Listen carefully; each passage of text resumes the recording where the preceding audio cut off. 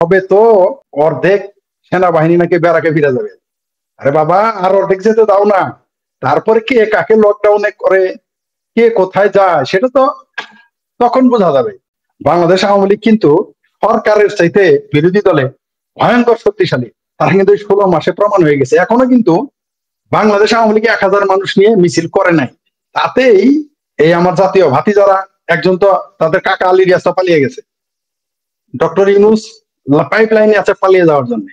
আরো কেউ কেউ তো পালিয়ে গেছে, আমরা জানি, প্রস্তুতি সম্পন্ন। তারা সেই আওয়ামী লীগকে চ্যালেঞ্জ করে, যে আওয়ামী লীগের নাম শুনে আইয়ুব খানের ড্রেস নষ্ট হয়ে যেত। তারা বাংলাদেশ সেই আওয়ামী লীগকে চ্যালেঞ্জ করেছে, যে আওয়ামী লীগ পাকিস্তানের মতো সেনাবাহিনী ভয় কাঁপত। এই বাংলাদেশ আওয়ামী লীগ ওই ক্যান্টনমেন্ট থেকে পয়দা হয় নাই। বাংলাদেশ আওয়ামী লীগ কোন বিদেশি প্রভুদের বক্তব্যে তৈরি হয় নাই, তাদের ইশারাই তৈরি হয় না ইউনূসের মতো। আমার যে জাতীয় ভাতিজা তারা আছে, তারা নিজেদের এলাকায় যেতে পারে না, আর্মি পাহারা আছে। তারা বাংলাদেশ আওয়ামী লীগের মতো একটি বৃহত্তর দল, যে দলটি বাংলাদেশকে জন্ম দিয়েছে, সেই দলের লকডাউন নিয়ে তারা উল্টাপাল্টা কথা বলে। এই যে লকডাউন ঘোষণার পর থেকে আমরা দেখছি যে ইউনূস গ্যাং এর সেই তথাকথিত মানে প্রেস সচিব থেকে শুরু করে আরো যারা রয়েছেন, বিভিন্ন জন খুব অস্থির টাইপের কিছু বক্তব্য দিচ্ছে, প্রতিহত করা হবে, আওয়ামী লীগকে লকডাউন করা হবে, এই বিভিন্ন ধরনের। তো এটা কি মানে আসলে একটা ভয়ের জায়গা থেকে তারা এই প্রলাপগুলো বকছে নাকি? সবচেয়ে হাস্যকর ব্যাপার কি জানেন? কারা এই আওয়ামী লীগের আন্দোলনকে প্রতিহত করতে চাচ্ছে, যাদের, তারা নিজেরাই বলেছে। আজকে একজন দেখলাম, যাকে আমি পাখি বাদির পোলা হাদি বলি, সে নিজেই বলেছে তারা যদি 500-র নিচে ভোট পায় তবেই তাহলে মনে করবে যে তারা ব্যর্থ হয়েছে। এরাই তো, তাই না? আর আমাদের জাতীয় ভাতিজা যারা আছে, যারা এনসিপি গ্যাং বা অন্যান্য বৈষম্য বিরোধী কি নামে, জামাতের 5 মুখ, তারা 1 মুখ, তারা বলেছে যে তারা নাকি 200 আসন নিয়ে ক্ষমতায় যাবে। অথচ তারা কিন্তু, আমাদের স্পষ্ট মনে আছে যে তারা 200 স্বাক্ষর সংগ্রহ করতে পারে নাই। এটা ইউনূস শাসিত, ইউনূস নিয়ন্ত্রিত, এই আমাদের জাতীয় ভাতিজা এনসিপি গ্যাং নিয়ন্ত্রিত, জামাত নিয়ন্ত্রিত। এই নিউজে এটা এসেছে যে 200 স্বাক্ষর তারা সংগ্রহ করতে পারে না। তারাই আসছে এই বাংলাদেশ আওয়ামী লীগের মতো একটি দল, যে দল শুধু ইতিহাসের দিকে তাকালে হয় না, যারা নিজেরাই ইতিহাস সৃষ্টি করছে। একটা হলো কোন ব্যক্তি বা দল ইতিহাসের অংশ হয়, কিন্তু বাংলাদেশ আওয়ামী লীগ, বাংলাদেশ ছাত্রলীগ এবং বঙ্গবন্ধু শেখ মুজিবুর রহমান, তারা ইতিহাস সৃষ্টি করেছে। ইতিহাস তাদের সৃষ্টি করেনি, তারাই ইতিহাসের স্রষ্টা। অনেক সময় এরকম ঘটনা ঘটে, সেগুলো পৃথিবীতে বিরল। বাংলাদেশ ছাত্রলীগ আওয়ামী লীগকে জন্ম দিয়েছে, অদ্ভুত ব্যাপার। এবং বাংলাদেশ আওয়ামী লীগ বাংলাদেশ নামে একটি রাষ্ট্রের জন্ম দিয়েছে, তার নেতৃত্বে এই দেশে মুক্তিযুদ্ধ হয়েছে। সেই দলটি আজকে নিষিদ্ধ, আমার শুনলেই হাসি পায়। আপনি বিশ্বাস করেন, এটা যে নিষিদ্ধ করেছে, আমার তাদের প্রতি করুণা প্রকাশ করতে ইচ্ছা করে, যারা এটা নিষিদ্ধ করেছে।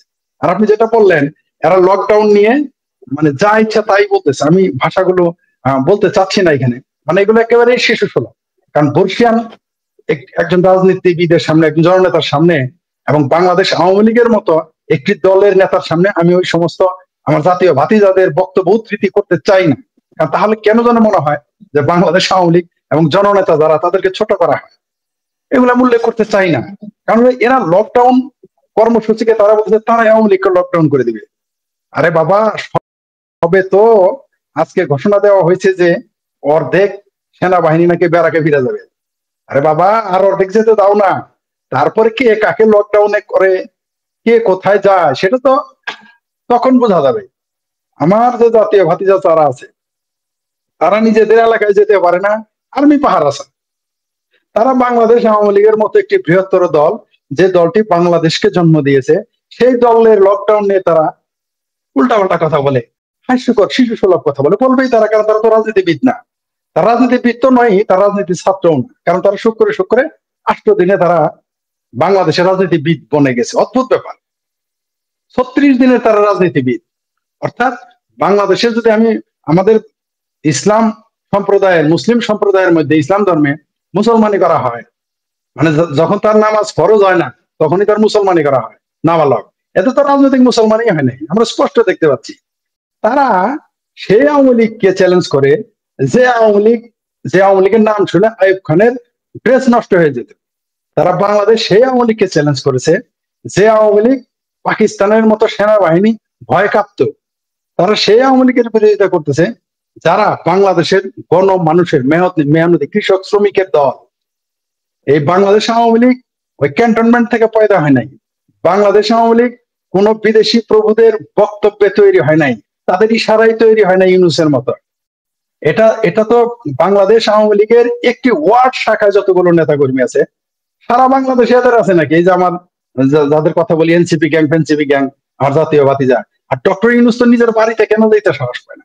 আমরা তো দেখলাম তো তারা নিজের বাড়িতে যেতে সাহস পায় না। এইটা সবে মাত্র সেনাবাহিনী অর্ধেক আমরা শুনেছি, বক্তব্য কত দূর সত্য আমরা জানি না। কারণ হলো তারা সকালে যা বলে বিকেলে ঠিক থাকে না, আর বিকেলে যা বলে সন্ধ্যায় ঠিক থাকে না।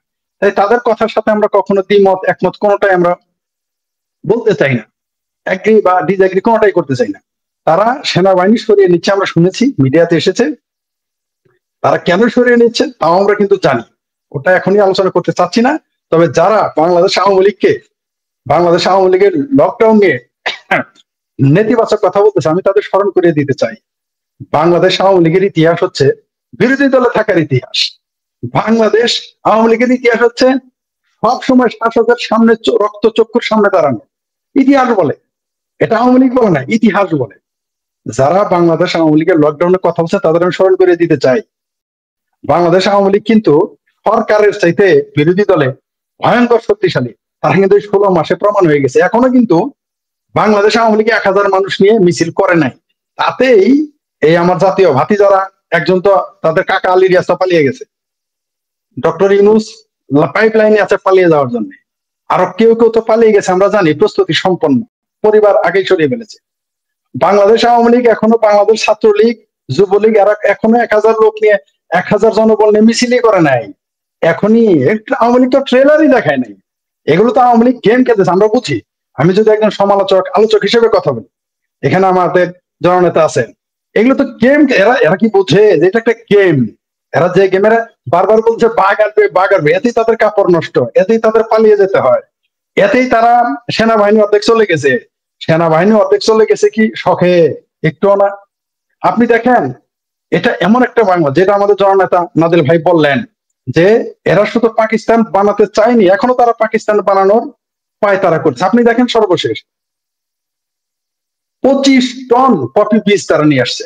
এই যে ড্রাগ সাপ্লায়ার, পাকিস্তানের জেনারেল কারা, যাদের কাজ হচ্ছে সন্ত্রাস উৎপাদন এবং রপ্তানি করা, পাশাপাশি এই যে আফগানিস্তান ওয়ারে, সোভিয়েত আফগান ওয়ারে তারা কি করেছে, হিস্ট্রি এটা একেবারে তাদের একাডেমিশিয়ান যারা পাকিস্তানে, তারা লিখেছে যে পাকিস্তানের জেনারেলরা সেখানে অস্ত্র, তারপর সন্ত্রাসী, জঙ্গিবাদ এবং ড্রাগের ডিলার ছিল। এই জেনারেল এগুলো করতো। আজকে দেখেন সেই বাংলাদেশকে তারা সেই দিকে নিয়ে যাচ্ছে। 25 টন ড্রাগ আনা, এটা আপনি কি মনে করেন? অস্ত্রের চাইতেও এটা ভয়ঙ্কর। আমি আবারও বলি যে আমরা জানি যে তারা চিটাগাং অস্ত্র নিয়ে আসতেছে, ঢাকায় অস্ত্র নিয়ে আসতেছে, আমরা সেগুলো জানি। এবং তারা দেখেন এত কড়াকড়ি রাখার পরেও, এত গার্ড রাখার পরেও, এত গোপন রাখার পরেও তাদের 25 টন ড্রাগের কথা ফাঁস হয়ে গেল। তাহলে অস্ত্র কত এসেছে, জঙ্গি কতগুলো এসেছে। কিন্তু জি বলেন। আমি ভাই আপনার একটা পয়েন্ট নিয়ে আমি একটুখানি নাদাল ভাই একটা মন্তব্য নিয়ে নিতে চাচ্ছি, আর তারপর আমি আবার একটু আপনার কাছে ফিরছি। আপনি মাঝখানে ছাত্রলীগ যুবলীগ প্রসঙ্গে কথা বলছিলেন, আমি একটু নাদাল ভাইয়ের কাছে জানতে চাই, এর আগের যে বিভিন্ন ধরনের কর্মসূচিগুলো বা মিছিলগুলো, এই জায়গাটা আমরা সবসময় দেখেছি যে ছাত্রলীগের একটা মানে ফ্রন্টে ছাত্রলীগকেই থাকতে এবং ছাত্রলীগই প্রাধান্য পেয়েছে সব মাঠের কার্যক্রমগুলোতে এখন পর্যন্ত। তো 13 তারিখে যে লকডাউন কর্মসূচি, সেখানে কি আমরা শুধুমাত্র ছাত্রলীগ কি আসলে সরব দেখবো, নাকি আওয়ামী লীগের যে আরো অঙ্গ সংগঠন রয়েছে, যুব লীগ রয়েছে, শ্রমিক লীগ রয়েছে, কিংবা স্বেচ্ছাসেবক লীগ, মহিলা লীগ, অন্য যে সংগঠনগুলো, তাদেরকে আমরা মাঠে আসলে খুব একটা সরবভাবে দেখছি না। তো এবার পরিকল্পনাটি কি? অন্যরাও কি নামছে মাঠে, নাকি আমরা ছাত্রলীগকে শুধু দেখবো মাঠে? আওয়ামী লীগের কর্মসূচি দিলেই তারা প্রতিরোধ করবে, নেতাকর্মীদের বিরুদ্ধে মব করবে, হত্যা করবে, বাড়িঘর পুড়িয়ে দিবে। এবং এই যে কোমরভাঙ্গা, মাজাভাঙ্গা যে দলগুলা, তারা তথাকথিত জাতীয় ঐক্যমতের নামে এক হয়েছে, তাদের ভোটের সংখ্যাটা কত? তার বাইরে কিন্তু বেশি সংখ্যক ভোটারের প্রতিনিধিত্ব যারা করেন, তারা কিন্তু সেই জাতীয় ঐক্যমতের সঙ্গে নেই। এবং কেউ কেউ গিয়েছিলেন চা নাস্তা লোভে বা টেলিভিশনে বা তাদের চেহারাটা দেখানোর জন্য, তাদেরকে কিন্তু দাসখত দিয়ে আসতে হয়েছে। ওনারা কিন্তু তাদের আসলে চামড়াটাও ইউনূসের মতো গন্ডারের মতোই, আসলে এক শীতে সুরসুরি দিলে আরেক শীতে খবর হবে। ওনাদেরকে নিয়ে গেল, চা নাস্তা খাওয়ালো, ওনাদের সঙ্গে অনেক গাল গল্প করলো, সেই খসড়ার একটা কপিও তাদের ভাগ্যে জুটেনি। তারা এখনো মুখ খুলছেন না, এখনো অপেক্ষা করছেন। তাদের অপেক্ষা সেটা যে মানে অনন্তকালের অপেক্ষা, সেটা কি তারা বুঝতে পারেন? আমার মনে হয় আপনি আওয়ামী লীগকে অপছন্দ করতে পারেন, আওয়ামী লীগের নেতৃত্বকে অপছন্দ করতে পারেন, কিন্তু এই দেশকে, এই দেশের ভবিষ্যৎ প্রজন্মকে কি আপনি একটি অন্ধকার, অনিশ্চিত, বিপদসংকুল পথে নিয়ে যাবেন? এই কি রাজনৈতিক নেতৃবৃন্দের কাজ, রাজনৈতিক দলের কাজ? এই যে জুলাই সনদে বিএনপি স্বাক্ষর করলো, তারপরে নিজেরা বুঝতে পারলো মরণ ফাঁদে মানে সিগনেচার করে এসেছে বেচারা। তো এই জায়গাটায় বিভিন্ন বাম দলগুলোকে আমরা দেখেছি প্রচন্ড উচ্ছ্বাস নিয়ে, উত্তেজনা নিয়ে তারাও গিয়ে মানে সেখানে ছাতা টাতা ধরে ইউনূসের মাথায় সাইন টাইন করে চলে এলো।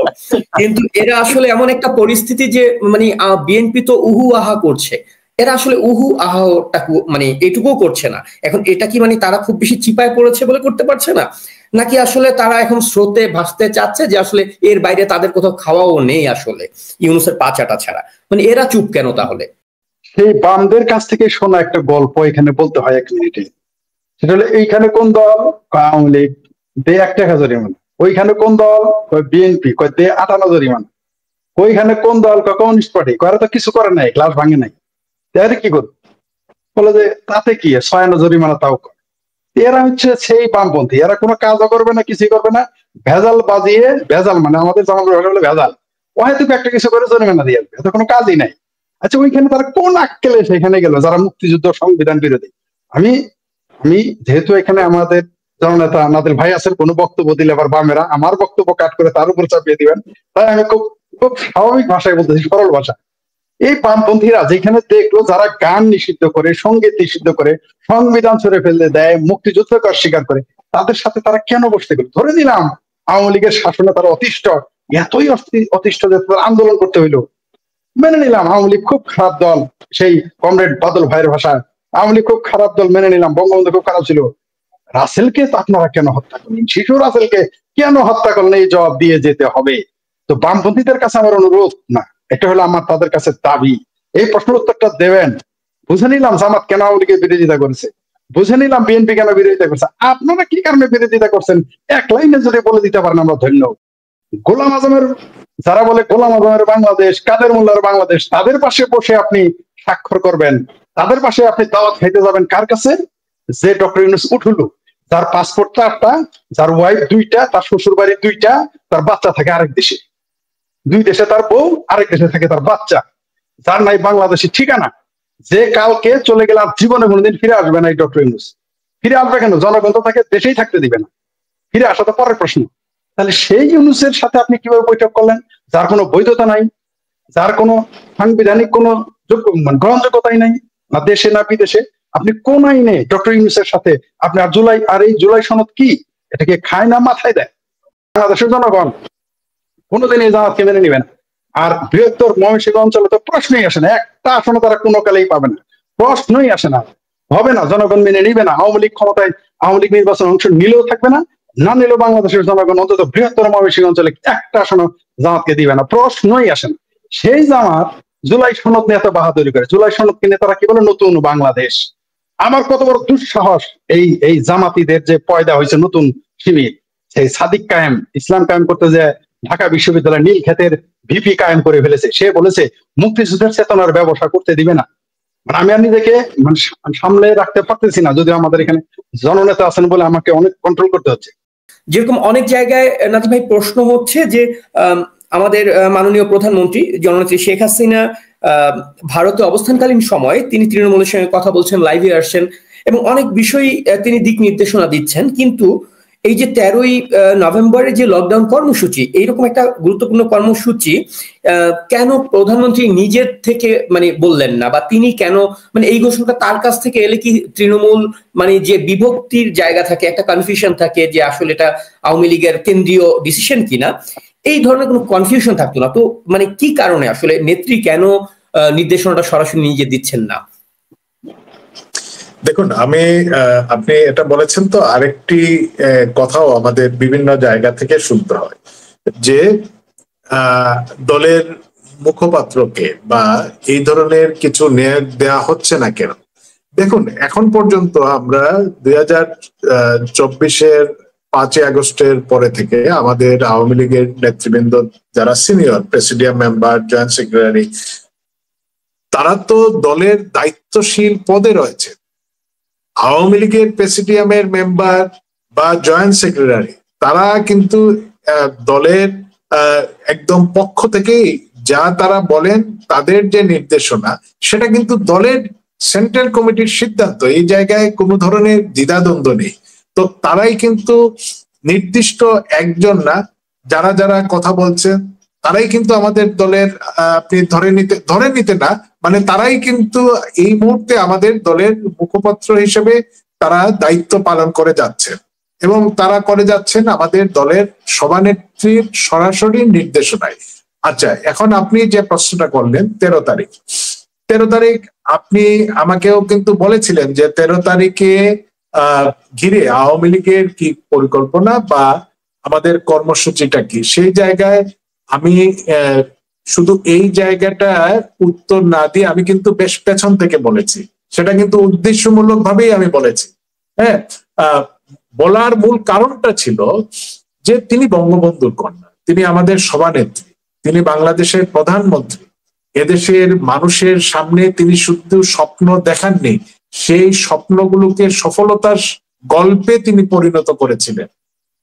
এই দেশের কৃষক, শ্রমিক, সাধারণ মানুষকে উজ্জীবিত করে আমাদের অর্থনীতি, আমাদের সমাজ যে এগিয়ে যাচ্ছিল, আজকে যিনি সেই 71-এর পরাজিত শত্রু স্বৈরাচার, 75-এর খুনিদেরকে আইনের আওতায় এনেছিলেন, অর্থাৎ দেশে আইনের শাসন, মানবাধিকার তিনি প্রতিষ্ঠা করতে চেয়েছিলেন, করেছিলেন।